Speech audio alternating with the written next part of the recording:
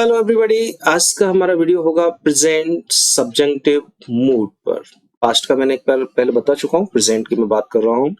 ये भी एक डिमांडेड वीडियो है लेकिन देखो भाई, मैं अकेला हूँ, मुझे कोचिंग भी देखनी होती है, अपना बिजनेस भी देखना होता है, बच्चे भी पढ़ाने होते हैं, तो थोड़ा टाइम लग जाता है मेरे को। तो थोड़ा टाइम पेशेंस रख के मेरे से वीडियो की उम्मीद किया करें, ठीक है ना। थोड़ा देर हो जाता है उसके लिए सॉरी, क्या करूँ, अकेला आदमी हूँ, इसीलिए वीडियो मैं छोटी छोटी बना पाता हूूँ, इतना ही टाइम मिल पाता है मेरे को। मैं बड़ी वीडियो नहीं बनाता। कह तो मैं ये देता हूँ कि आपको समझ में नहीं आएगा, आप बोर हो जाएंगे, लेकिन मेन प्रॉब्लम भाई मेरी ये है कि मेरे पास टाइम ही नहीं है बड़ी वीडियो बनाने का, इसलिए मैं टुकड़ों में छोटी छोटी वीडियो बनाता हूँ। चलिए शुरू करते हैं। Present subjunctive mood. Subjective mood आप लोग जानते हैं, मैं कई बार बता चुका हूँ इसको। सब्जेक्टिव मूड होता है हाइपोथेटिकल कंडीशन होती है, यानी कि काल्पनिक, इमेजिनरी होती है, कल्पना होती है कि ऐसा हो जाए, ऐसा कर ले, ऐसा कर लेते थे। तो वो हमारे सारे मूड जो है सब्जेक्टिव मूड में आते हैं, या नॉन रियल कह लो, अवास्तविक, जिसका वास्तविकता से दूर दूर तक कोई संबंध नहीं होता। अब इसके आगे लग गया प्रेजेंट। अब ये प्रेजेंट सब्जेक्टिव मूड क्या होता है? नाम भले ही प्रेजेंट हो, लेकिन प्रेजेंट में जाना मत। प्रेजेंट सब्जेक्टिव मूड जो होता है वो फ्यूचर एक्शंस और सिचुएशंस को बताता है कि फ्यूचर में क्या एक्शन होगा, होना चाहिए, या क्या सिचुएशन बननी चाहिए। तो नाम भले ही प्रेजेंट है, लेकिन बात आप हमेशा फ्यूचर की करेंगे, ठीक है। आगे देखते हैं कि प्रेजेंट सब्जेक्टिव मूड है जो होते हैं, उसमें दो क्लॉज होते हैं। क्लॉज तो आप लोग जानते हैं, वीडियो बना चुका हूं मैं। कौन कौन से होते हैं? मेन क्लॉज, या जिसे आप कहते हैं प्रिंसिपल क्लॉज, एक ही चीज होती है। और दूसरा होता है सबऑर्डिनेट क्लॉज। तो जो मेन क्लॉज होता है उसमें आती है हमारी इंडिकेटिव वर्ब। अब ये इंडिकेटिव वर्ब क्या होती है? वैसे तो क्लियर, जो इंडिकेट करती है किसी चीज को, लेकिन मैं यहाँ लिख दूंगा कौन कौन सी वर्ब इंडिकेटिव वर्ब होती है। तो या तो इंडिकेटिव वर्ब आएगी, या फिर सेंटेंस जो है इट इज से शुरू होगा और पीछे कोई ना कोई एडजेक्टिव होगा। तो ये दो में से किसी एक से हमारा स्टार्ट होगा, तो वो मेन क्लॉज या प्रिंसिपल क्लॉज होगा। और जो सबऑर्डिनेट क्लॉज है, ये मेनली जो है दैट से स्टार्ट होगा, यूजुअली बिगिनिंग विद दैट, ठीक है। तो दो क्लॉज हो गए, एक प्रिंसिपल क्लॉज या मेन क्लॉज और एक सबऑर्डिनेट क्लॉज। मेन क्लॉज में इंडिकेटिव वर्ब आएगी, या इंडिकेटिव वर्ब नहीं आएगी तो इट इज और प्लस कोई ना कोई एडजेक्टिव होगा। ये एडजेक्टिव कौन सा होते हैं नॉर्मली मैं वो भी लिख दूंगा, ठीक है। और सबऑर्डिनेट क्लॉज जो है वो दैट से स्टार्ट हो जाता है। अब बात करते हैं इंडिकेटिव वर्ब। इंडिकेटिव वर्ब कौन कौन सी होती है? मोस्टली इंडिकेटिव वर्ब्स होती हैं wish, order, advice, request, suggest, demand, insist, जोर डालना, दबाव डालना, रिकमेंड, फॉरबिड, फॉरबिड का मतलब मना करना, आस्क, ये हमारी इंडिकेटिव वर्ब कहलाती है। अब बात यहाँ एडजेक्टिव की करें तो एडजेक्टिव कुछ अलग से नहीं है, इनको ही, ये इंडिकेटिव वर्ब्स को ही हम एडजेक्टिव बना देंगे थर्ड फॉर्म का यूज करके, क्योंकि पैसिव वॉइस आएगा। तो ये हो जाएगा ordered, advised, requested, suggested, demanded, insisted, recommended, forbidden and ask. तो हमारे ये हो जाएंगे एडजेक्टिव। अब यूज कैसे करेंगे तो देखिए, चलिए ध्यान रखिएगा, मेन क्लॉज में इंडिकेटिव आएगा या इट इज आएगा, मैं एक एक सेंटेंस दोनों को देता चला जाऊंगा, और सबऑर्डिनेट दैट से स्टार्ट होगा।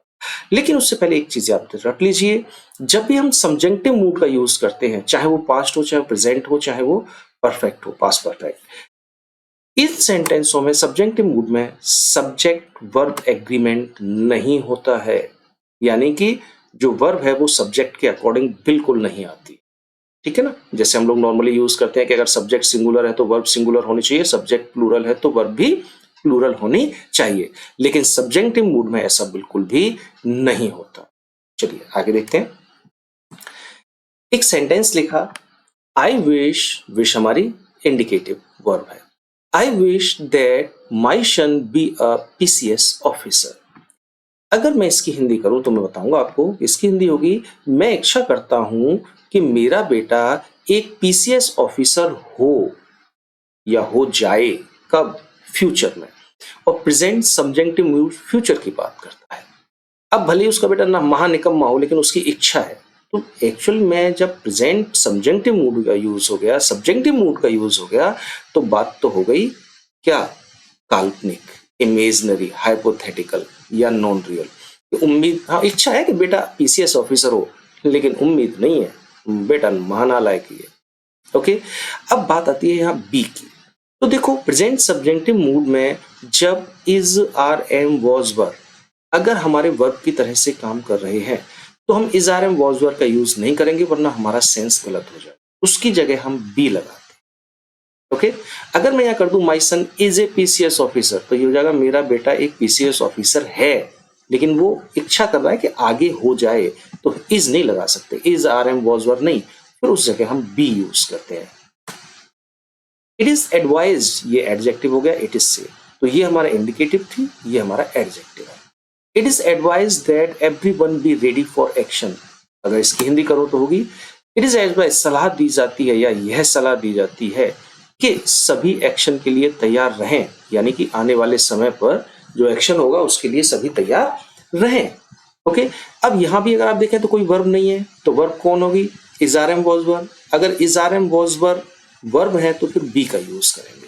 पहली कंडीशन ये याद रख लीजिए कि प्रेजेंट सब्जेक्टिव मूड में is are am was were अगर वर्ब की तरह से काम कर रहे हैं तो उनको यूज नहीं करेंगे, उसकी जगह हम लगाएंगे बी। चलिए आगे देखते हैं। दे suggested that he have a gun, they suggested, ये सजेस्टेड हमारी इंडिकेटिव वर्ब हो गई। एक सेंटेंस में इंडिकेटिव वर्ब का दूंगा, एक जो है मैं इट इज और प्लस एडजेक्टिव का दूंगा। दे सजेस्टेड, तो अब क्या मतलब हो गया कि उन्होंने सुझाव दिया कि ही हैव अ गन, कि वह एक बंदूक रखे, उसकी जान को खतरा हो सकता है, तो इसलिए आगे से फिर एक भाई बंदूक रखो अपने पास हर वक्त। तो वो सुझाव दे रहे हैं कि तुम उसे वह हमेशा एक बंदूक अपने पास रखे, यानी कि फ्यूचर में अब एक बंदूक उसे रखनी चाहिए। दूसरी बात, ही के साथ नॉर्मली हैज आता है, लेकिन चूंकि कंडीशन हाइपोथेटिकल होती है, नॉन रियल होती है, इसलिए सबके साथ हैव आएगा, चाहे सब्जेक्ट सिंगुलर हो चाहे सब्जेक्ट प्लूरल हो। ओके, इट इज डिमांडेड, ये एडजेक्टिव का है, it is demanded that we have a big car. अगर इसका अर्थ देखें तो बनेगा मांग है, या यह लगा लो, यह मांग है कि हम एक बड़ी कार रखें। अब हमारी डिमांड हो गई है, हमारे परिवार बढ़ गया है तो हमारे पास एक बड़ी कार होनी चाहिए, या हमारे पास पैसा ज्यादा आ गया है तो भाई छोटी कार में चलने पे बेइज्जती होती है तो बड़ी कार होनी चाहिए। कुछ भी कंडीशन हो सकती है, लेकिन डिमांड इस बात की है कि हमारे पास बड़ी कार आगे होनी चाहिए फ्यूचर में। तो बात फ्यूचर की हो रही है तो प्रेजेंट सब्जेक्टिव मूड हमेशा सिचुएशन का एक्शन या फ्यूचर का एक्शन या सिचुएशन बताएगा आपको। दूसरी बात, यहां रखने के लिए हैव आएगा, चाहे सब्जेक्ट सिंगुलर हो चाहे तो सब्जेक्ट प्लूरल हो। ठीक है, तो दो कंडीशन हो गई, is are am was were अगर हमारे वर्ब की तरह से काम करेंगे तो हम बी लगाएंगे। दूसरी हो गई, रखने के लिए हमेशा हैव आएगा, हैज का प्रयोग कभी नहीं होगा, चाहे सब्जेक्ट सिंगुलर हो चाहे सब्जेक्ट प्लूरल हो। तीसरी कंडीशन देखते हैं, father insisted that he consult the doctor. इसको कहेंगे कि पिता ने जोर दिया कि वह डॉक्टर की सलाह ले ले, वो भी काम फ्यूचर में ही होगा। आपने कहा साहब पापा बेटा क्या बात है, कैसे उदास है, कुछ नहीं पापा थोड़ा सा जुकाम है, बेटा कल जाके डॉक्टर से दवा ले लेना, तो यानी कि फ्यूचर में एक्शन होगा। तो वो भी यही है कि पिता ने जोर दिया कि उसे डॉक्टर से कंसल्ट करना चाहिए। अब यहां देखिए, कंसल्ट वर्ब की फर्स्ट फॉर्म आई है। याद रखिए, इमेजिनरी कंडीशन हाइपोथेटिकल सिचुएशन होती हैं या नॉन रियल चीज होती है, तो वहां हम न तो कोई हेल्पिंग वर्ब का यूज करते हैं, बिल्कुल नहीं करेंगे, और साथ में वर्ब केवल फर्स्ट फॉर्म लगाते हैं, और ना सेकंड लगेगी ना थर्ड ना आईएनजी, कुछ नहीं, सिर्फ और सिर्फ वर्ब की फर्स्ट फॉर्म। और ये सेंटेंस गलत नहीं है, ये बिल्कुल सही है। इट इज रिक्वायर्ड एडजेक्टिव है, that all family members attend the party. अब यहां भी आप देखो, इसका मतलब होगा यह जरूरी है कि सभी पारिवारिक सदस्य पार्टी में शामिल हों। पार्टी होने वाली है तो कह ये जरूरी है कि पार्टी में सभी लोग आने चाहिए। अब चाहिए के लिए हमने यहाँ कुछ नहीं लगाया, कोई हेल्पिंग वर्ब यूज नहीं करी, और वर्ब की केवल फर्स्ट फॉर्म यूज करी है हाइपोथेटिकल कंडीशन होने के कारण। दूसरी, ये आवश्यकता है, जरूरी है, लेकिन हम मैंडेटरी नहीं कर रहे उस चीज को, जबरदस्ती नहीं कर रहे, फोर्स नहीं दे रहे उस चीज पर, तो यहाँ वर्ब की फर्स्ट फॉर्म ही रहेगी।